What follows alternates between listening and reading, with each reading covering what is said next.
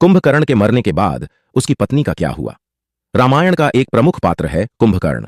रावण का यह भाई इतना विशाल और भयंकर था कि एक दिन में कई गांवों का भोजन अकेले खा जाता था। भूख शांत न होने पर यह प्रजा को भी खा जाया करता था। ब्रह्मा जी भी कुंभकर्ण की इस शक्ति से चिंतित थे। इसलिए जब कुंभकर्ण ने ब्रह्मा जी की तपस्या की तो वरदान मांगते समय देवी सरस्वती कुंभकर्ण की जिह्वा पर बैठ गईं। परिणाम यह हुआ कि कुंभकर्ण ने इंद्रासन मांगने की जगह निद्रासन मांग लिया। ब्रह्मा जी मुस्कुराए और तथास्तु कह दिया ताकि सृष्टि की रक्षा हो सके। लेकिन रावण की विनती पर 6 महीने में एक दिन जगने का वरदान दे दिया, जिससे कुंभकर्ण 6 महीने सोता था, फिर एक दिन उठकर भोजन करके फिर सो जाता था। इस भयंकर राक्षस की कहानी बस इतनी नहीं है। धर्म ग्रंथों के अनुसार भगवान श्री विष्णु के दरबार में जय और विजय नाम के 2 द्वारपाल थे। एक बार सनक, सनंदन, सनातन और सनत कुमार नाम के 4 मुनि भगवान श्री विष्णु के दर्शन करने के लिए पहुंचे। इस दौरान जय और विजय ने उनकी हंसी उड़ाते हुए उन्हें बेंत अढ़ाकर रोकने की कोशिश की। इससे मुनि क्रोधित हो गए और उन्होंने कहा कि तुम्हारे कर्म तो असुरों जैसे हैं, तुम राक्षस हो जाओ। इस पर जय और विजय को अपनी गलती का एहसास हुआ और उन्होंने मुनि से क्षमा मांगी। इस पर मुनि ने कहा कि मैं श्राप तो वापस नहीं ले सकता, लेकिन इतना कर सकता हूं कि तुम्हें हमेशा के लिए नहीं बल्कि 3 जन्मों के लिए ही राक्षस योनि में रहना होगा और तीनों ही जन्म में तुम्हें मुक्ति देने के लिए भगवान श्री विष्णु स्वयं आएंगे। उसके बाद तुम पुनः इस पद पर प्रतिष्ठित हो सकोगे। हिरण्यकश्यप व हिरण्याक्ष। मुनि के श्राप के चलते ही सतयुग में जय और विजय ने हिरण्यकश्यप व हिरण्याक्ष राक्षसों के रूप में जन्म लिया। हिरण्याक्ष इतना शक्तिशाली राक्षस था कि उसने धरती को ले जाकर समुद्र में छिपा दिया था। तब भगवान विष्णु ने वराह अवतार लेकर उसका वध किया था। वहीं अपने भाई के वध से दुखी हिरण्यकश्यप ब्रह्मदेव से वरदान पाकर खुद को महाशक्तिशाली समझने लगा था, जिसके बाद भगवान विष्णु ने नरसिंह अवतार लेकर उसका भी विनाश किया था। रावण और कुंभकर्ण। त्रेता युग में जय रावण और विजय कुंभकर्ण के रूप में धरती पर पैदा हुए। रावण जहां अहंकारी था, वहीं कुंभकर्ण हर बात में अपने भाई का साथ देता था। इनके अत्याचारों से लोगों को मुक्ति दिलाने के लिए भगवान विष्णु ने राम के रूप में अवतार लिया और इनका वध किया। शिशुपाल व दंतवक्र। द्वापर युग में जय और विजय ने शिशुपाल व दंतवक्र के रूप में जन्म लिया। दोनों भगवान विष्णु के अवतार श्री कृष्ण की बुआ के लड्डी एच के थे। हालांकि दोनों ही भगवान श्री कृष्ण से बैर रखते थे। इन दोनों का वध भगवान श्री कृष्ण के हाथों ही हुआ था। रामायण के अनुसार रावण ने दैत्यपति विरोचन की दोहित्री वज्रज्वाला से अपने भाई कुंभकर्ण का विवाह किया था। वज्रज्वाला महाबली बाली की पुत्री थी। बाली विरोचन का पुत्र था।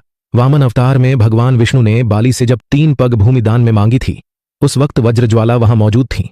वज्रज्वाला अपने पति कुंभकर्ण के साथ रावण की प्रयोगशाला में तरह तरह के अस्त्र शस्त्र और यंत्र बनाती थीं। ये थी दूसरी पत्नी कुंभकर्ण की। दूसरी पत्नी का नाम कर्कटी था। कर्कटी एक राक्षसी थी और सह्याद्री की राजकुमारी थी। इसके अलावा कुंभपुर के महोदर नामक राजा की कन्या तड़ितमाला से भी कुंभकर्ण का विवाह हुआ। कुंभकर्ण को सभी वेदों और धर्म अधर्म का ज्ञान था। यही नहीं, उसे भूत और भविष्य का भी ज्ञान था। भले ही वह राक्षस प्रजाति से था, पर वह एक महान योद्धा था। देवराज इंद्र से युद्ध के दौरान उसने ऐरावत हाथी के दांत को तोड़कर उससे इंद्र पर प्रहार किया था। ये थे कुंभकर्ण के पुत्र। वज्रज्वाला से कुंभकर्ण के 2 पुत्र हुए थे। इन 2 पुत्रों का नाम था कुंभ और निकुंभ। ये दोनों ही भगवान राम और वानर सेना के खिलाफ युद्ध में लड़े थे और वीर गति को प्राप्त हुए थे। कुंभकर्ण के एक पुत्र का नाम मूलकासुर था, जिसका वध माता सीता ने किया था। दूसरे का नाम भीम था।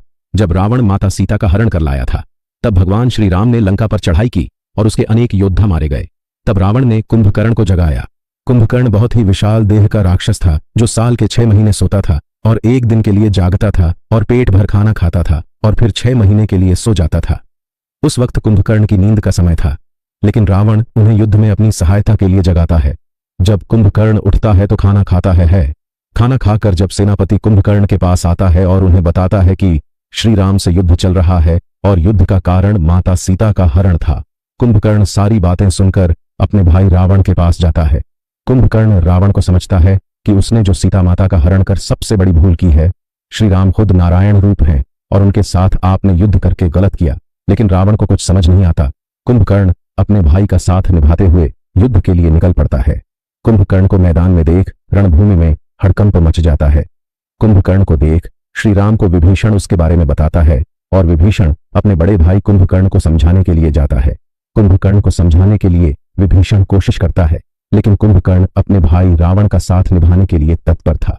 कुंभकर्ण विभीषण को समझता है कि यदि युद्ध में उसकी मौत आज हो भी जाती है तो वह स्वयं श्री राम के हाथों मरेगा और वीर गति को प्राप्त होगा। कुंभकर्ण के करने के बाद रावण बहुत ही दुखी था, क्योंकि उसने अपना भाई खाया था। लेकिन रावण से ज्यादा दुखी कुंभकर्ण की पत्नियां तड़ितमाला और ब्रजबाला थीं। लेकिन उसकी यह दोनों ही पत्नियां युद्ध में मारी गईं। ब्रजबाला और तड़ितमाला दोनों नहीं भगवान श्री राम से प्रार्थना की थी उन्हें भी इस राक्षस योनि से मुक्ति मिल जाए, और भगवान श्री राम ने बाद में ऐसा ही किया।